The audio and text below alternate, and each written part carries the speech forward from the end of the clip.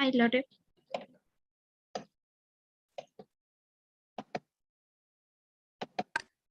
Hi, Grace. How are you? Fine, thank you. And you? Great. Thank you. Okay, Grace.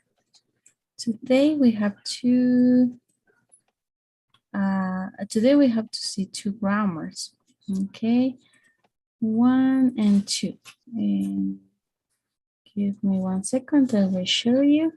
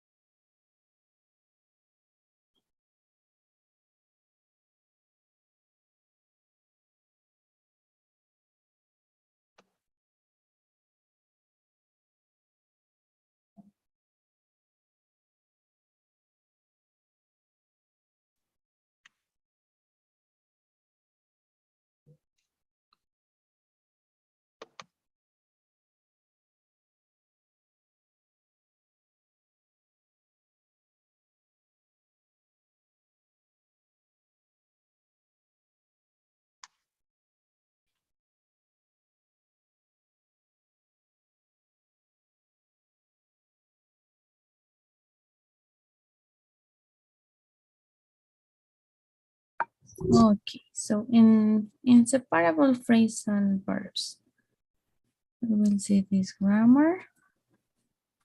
And in this case, we're going to see what is a phrasal verb and how they can be separated or non-separated. In this case, we are going to see inseparable phrasal verbs. When we talk about inseparable, we are talking about this phrasal verb, because we're gonna see what is the structure for this. So the phrasal verb can't be separable. One important thing, it is that we could use present, past, future, or continuous. Okay, so we could use just these 4 ones: present, past, future, or continuous. So when we talk about phrasal verbs, we don't have a specific tense to use. We could use with any of these ones. So we could use with any tense, any tense. For example, if you couldn't see here the present perfect, we can use present perfect. We can use also, for example, past continuous. We could use past perfect continuous, present perfect continuous. So we could use with any tense. When we talk about a future, we could use with will or with be going to. We could use, of course, also with modal verbs. For example, modals of permission, possibilities, abilities. So we could use with any tense. Why? Because when we talk about a phrasal verb, when we mention a phrasal verb, we are saying that it is like a list of verbs that we know, that we have, in order to learn, in order to memorize. Okay, in order to memorize, for knowing these ones. Okay, so for example here, I will say an example, but before this, we could say this. What is the composition of a phrasal verb? The phrasal verb is composed by 2 parts. So these 2 parts are really, really important in order to know this. We have to know very good the verb, and what is the particle that works with this verb? This particle, in some cases, it is known as a preposition also. Okay, so the name could be participle or particle, sorry, and or maybe preposition. So this is a phrasal verb and the preposition. For example, here, which is my phrasal verb? It is looking for or look for. Okay, so this is my phrasal verb. Now, what is an inseparable phrasal verb? We're gonna say that it is a simple phrasal verb that can't be separated, as the name says, inseparable. So what does it mean? That this verb, and the particle, so these two ones, can't be separated. Always, these two ones has to be, or they have to be together. Okay, for example, after the verb, if I want to put something here, it is going to be impossible. Or if I want to, I don't know, if I want to use just the verb and the complement without a particle, it is not possible.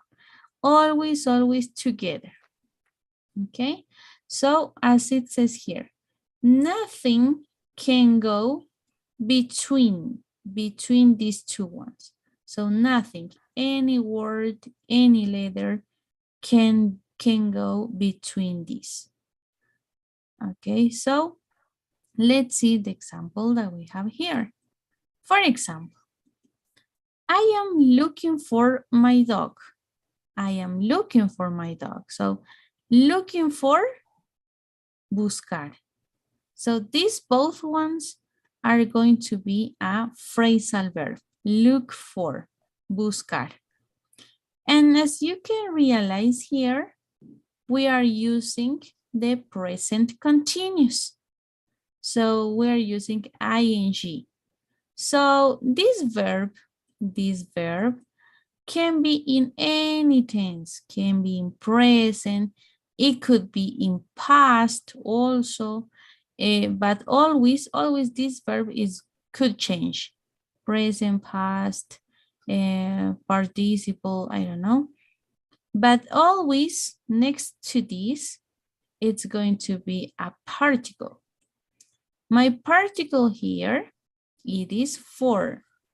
Many times the particle, it's gonna be a preposition. It could be for, in, out, on, of, what else, about, okay?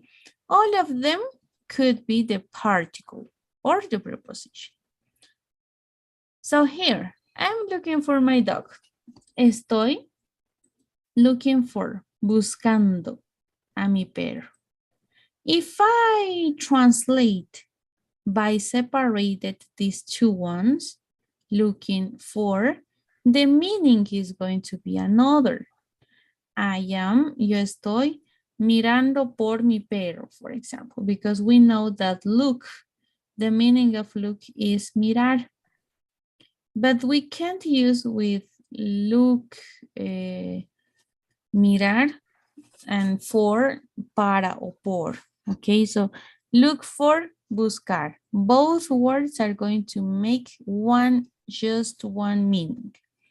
Okay, so we can separate, it says. For example, we can do this. We can say, I am looking my dog for. So first my verb, after my complement or the object, and after the particle or the preposition. It is not good. Okay, this is not possible. So all of this is not possible. Okay, so now always together. Let's see another example. We have run into. Run into, it's another phrasal verb.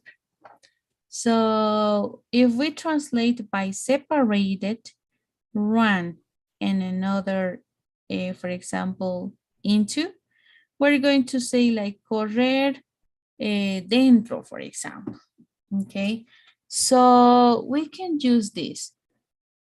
Run is a verb, into the particle, but we can separate it for translating, okay? Neither for making sentences. The meaning of this one, of run into, it's going to be met by chance. Encontrarse con alguien por casualidad. Okay, so that is the meaning of run into. So, as you can see here in the example, we have this. Patty is saying, I am surprised you never ran into her. So you can see here that my verb, it is in simple past. So as I told you, my verb could be in present, past, future, and whatever, but just the verb. And the meaning of both are going to be like made by chance. So what does this sentence mean? Estoy sorprendida porque tú nunca te encontraste por casualidad con ella, right? So that is the meaning of this sentence. But if we try to translate word by word, we're not going to find any sense. Estoy sorprendida porque tú nunca corriste dentro de ella, for example. No, right? So that is not the meaning. So that is the phrasal verb. When we talk about inseparable, always they both has to be together. Run into, okay? So that is one thing. And here, as we said, the two parts of a phrasal verb and a particle. We're going to see that in some rare cases, we're going to have some phrasal verbs, but they are gonna be with, not just with two parts. They could be with three parts, okay? Three parts. So all of them are going to be combined, okay? But of course, they are not going to be separable. They are going to be inseparable. For example, catch up on, catch up on. This is a phrasal verb, okay? But the phrasal verb is until catch up. And this on, it is like part of the complement, okay? But we have to see, and we have to recognize which of them it's like a part of the complement or a part of the phrasal. So here, catch up, for example, means do something you didn't have time to do it before. Hacer algo que no tenías tiempo antes, ¿no? O hacer algo que antes no podías hacer por el tiempo. So, in the example, I need to catch up on the news. Yo necesito, it's like ponerse al día, for example. Ok, yo necesito ponerme al día con las noticias. So, that is going to be the meaning of catch up on. If we translate, for example, word by word, we're going to say like catch, it's atrapar. Catch up, it's gonna be like atrapar arriba, on, sobre. Atrapar arriba, sobre, for example. So we can translate word by word, okay? So that is the only thing about the phrasal verbs. I don't know if you have some question until here, Chris. No, Lore. Okay, perfect, Chris. And we're gonna know, as I told you last week, I sent you a list of phrasal verbs. These phrasal verbs, it's like the same as how we practice, how we used, how we learn the verbs. Okay, so we don't have like a specific rule for phrasal verbs. It is a list that we have to study and memorizing. Okay, so we are going to see in the exercises some phrasal verbs. Some of them maybe you saw it in movies or in songs, okay, or maybe in some conversation, but you're gonna recognize. The first time you're gonna do it alone, but the second we're gonna do it together. If you don't know some meaning, we're gonna see it, okay? Okay. So let's go to the book. I will assign you this part.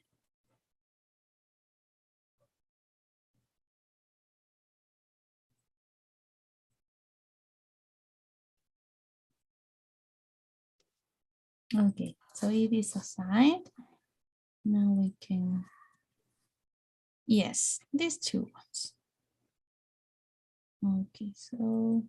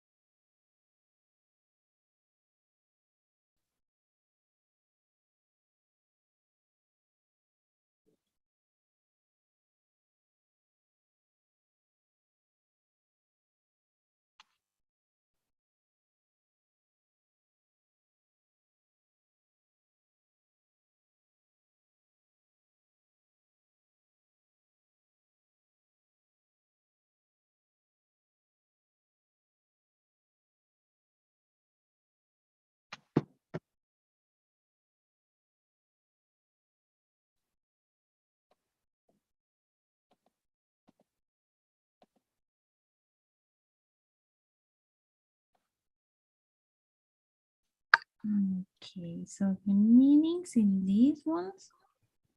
Mm, and the first meaning with over, go along, go along, over, no. This phrasal verb comes of three parts. The second part, it's okay, go and along. But after this, always we're gonna use with. Okay, because if we use over, we have to mention like a place, for example. Over, go along, over the city, for example. But go along with, it is when we are mentioning some other noun. Go along with that, because we're talking about another noun. If you watch players at 9 o'clock, okay, so go along with. The other, looks up, and looks up, it is okay, but always let's remember that at we use when we're talking about the same, when we're talking about places. So looks up the hospital, for example.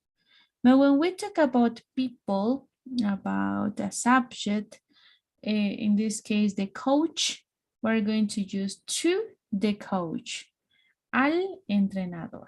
Okay, so let's remember that to, preposition to, and the article de, both are going to mean like al, right? So that's the only thing. And in the last one, leiden.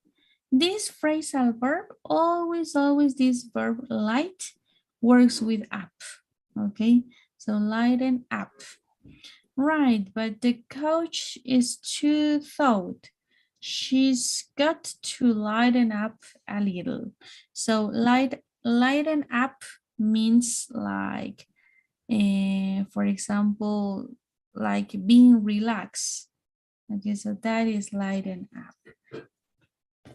In this case, light up. Okay, so let's correct it, Chris.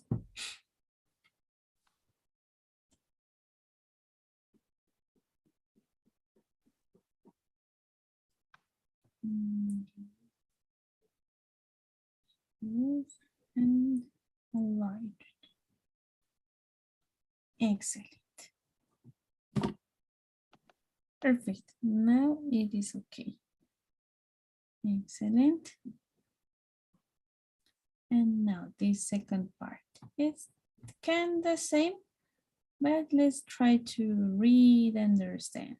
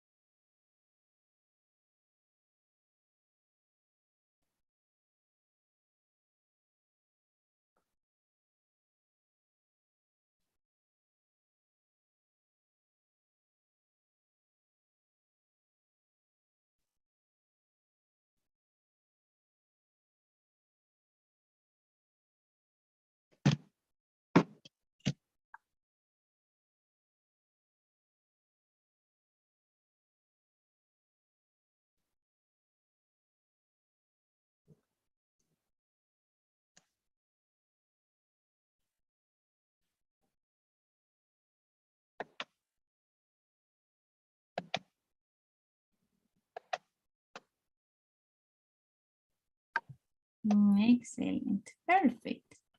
So as you can realize, Chris, in some cases, it is gonna be like easy to identify because some verbs are like a little bit related, right? So it's like trying to give them the meaning, and that's it. Okay. So in movies, songs, have you ever read or have you sometimes see these phrasal verbs, Chris?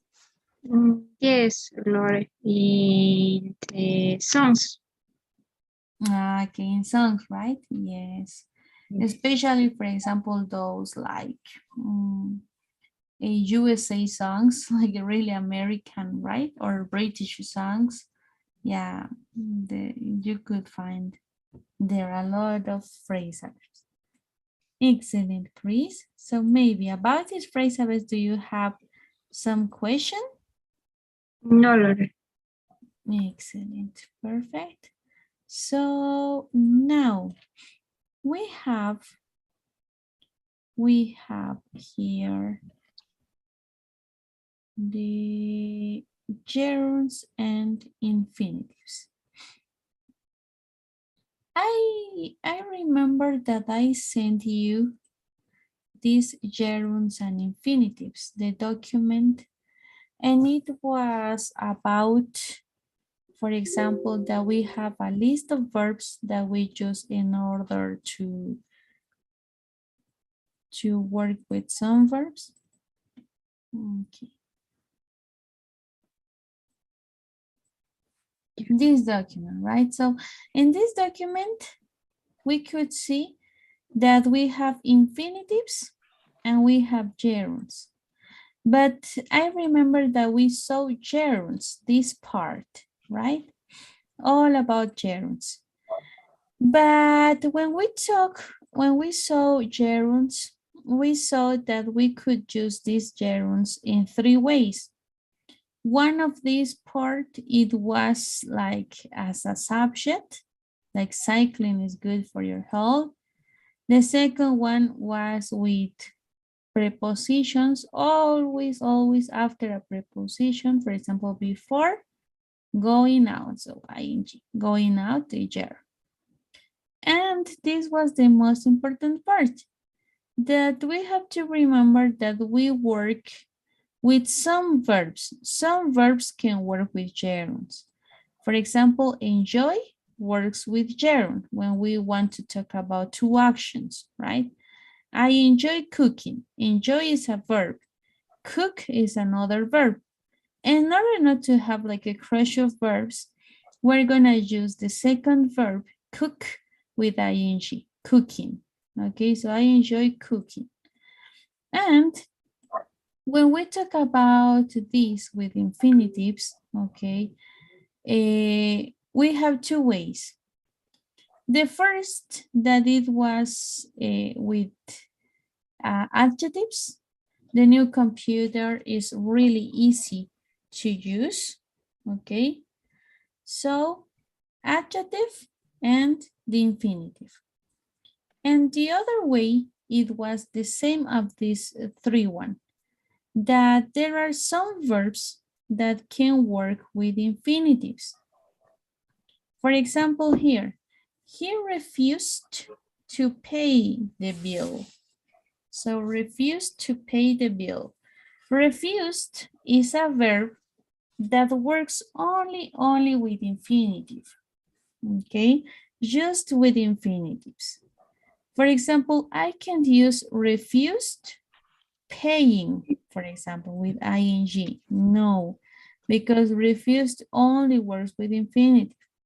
Enjoy, for example, only works with gerunds. I can say here with enjoy. He enjoys to pay, for example, it's incorrect, okay? So we have to respect the list of verbs that we have in order we can work with infinitives, okay? So with these verbs we can use in order to make sentences using infinitives. And these others, we have to use these verbs in order to use just with gerunds, okay? So no more about this. So we have to try to identify which verbs works with gerunds and which verbs works with infinitives, okay? And I remember that I sent you this document. And also in this document, we have, after this document, I sent you like a photo of list of gerunds and infinities. So we can use this if we don't remember. But in the exercises, we're gonna see, for example, let's try to put, okay, this gives like more sense to the sentence, or this sounds good. Okay, we're gonna do that. And yes, we're gonna see these both, okay?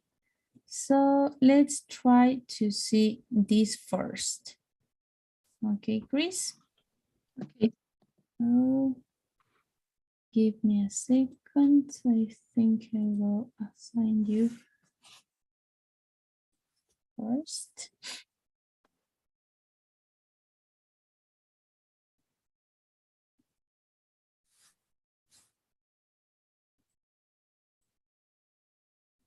Okay.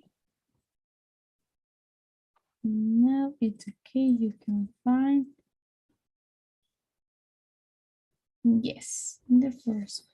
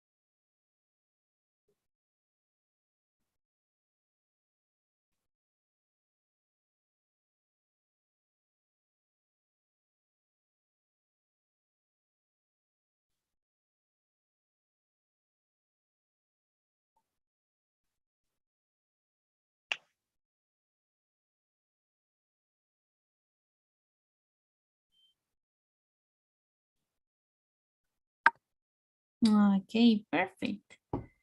Excellent, excellent, Chris. In some of these exercises, have you had some doubt of something? The last exercise. Okay, not to become. Okay. In this case, always when we try to use, for example, negatives, many people used to say like after this, after the verb, we have to put not, right? So her boss expects her to become not. Some people says that, or maybe to expect her to not become. Many people used to have that error. But one important thing it is that we never we have to separate to and the verb. We never separate infinitive. Okay, so we always put together, and not always is going to be first not and after the infinitive. Okay, so that is the structure for negative that we have to use. Okay. Yes.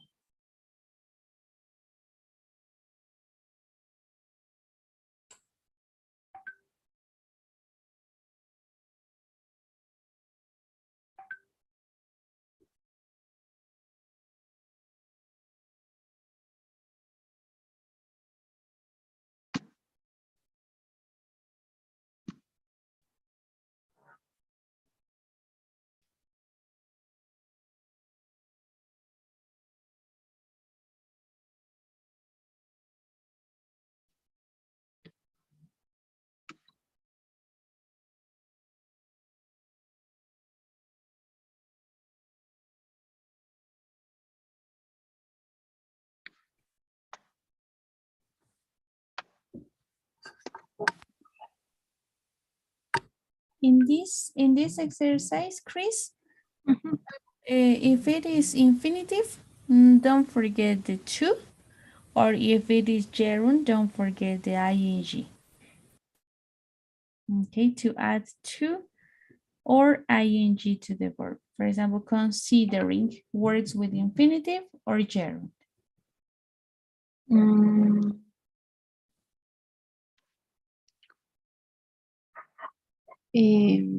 Jerome. Yeah, if it is with gerund, let's put joining, right? So yes, we have to add the infinitive and gerund.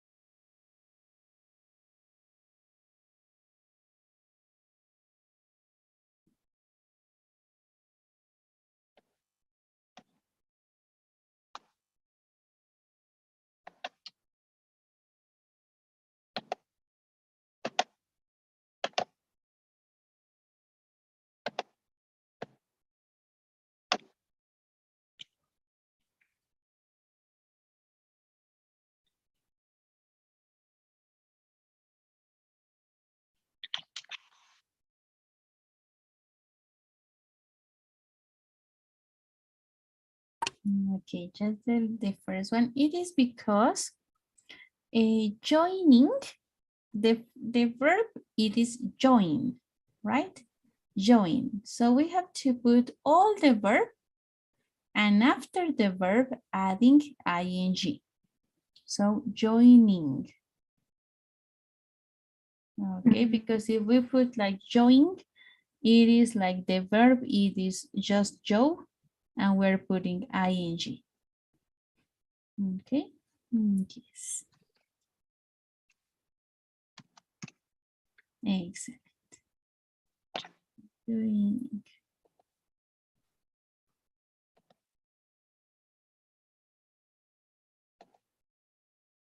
Now it's perfect.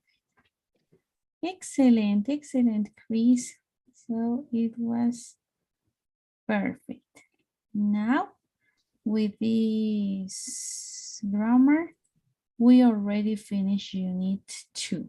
Okay, so we're gonna do I will assign you the quizzes. Give me a second.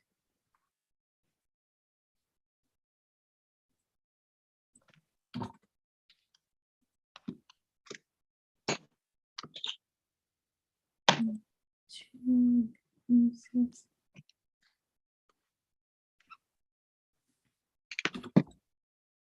Yes. Perfect. So that was everything. Chris, maybe do you have some question about this? Yes, Lore. A part of this list, Yeah. does it exist other verbs? Yes. Yes, there are other verbs. But for example, in the list that you have, it is like the most common verbs, the most useful verbs in a daily speaking, writing, and there. Okay. But yes, of course, there are another list. Okay. Yes. Okay. So another question. No, Lore. Okay, perfect, Chris.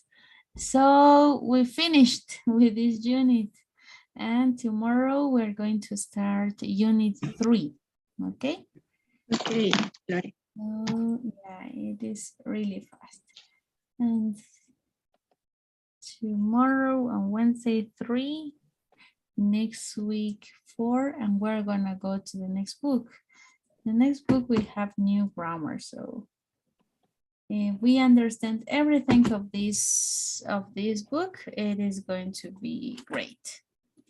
Okay, so Lore, the double gerund is possible. For example, considering in joining. yes. Okay, it is not a double gerund because the first we are using a present continuous. So I am considering, so this is continuous. So considering, it is not a gerund. It is just the verb with ing.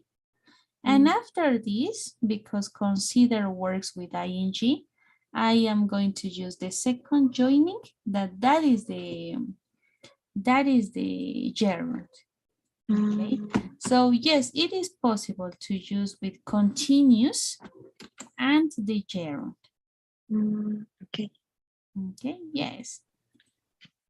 Okay, Chris. Perfect. Excellent. So we're gonna finish here and see you tomorrow, Chris.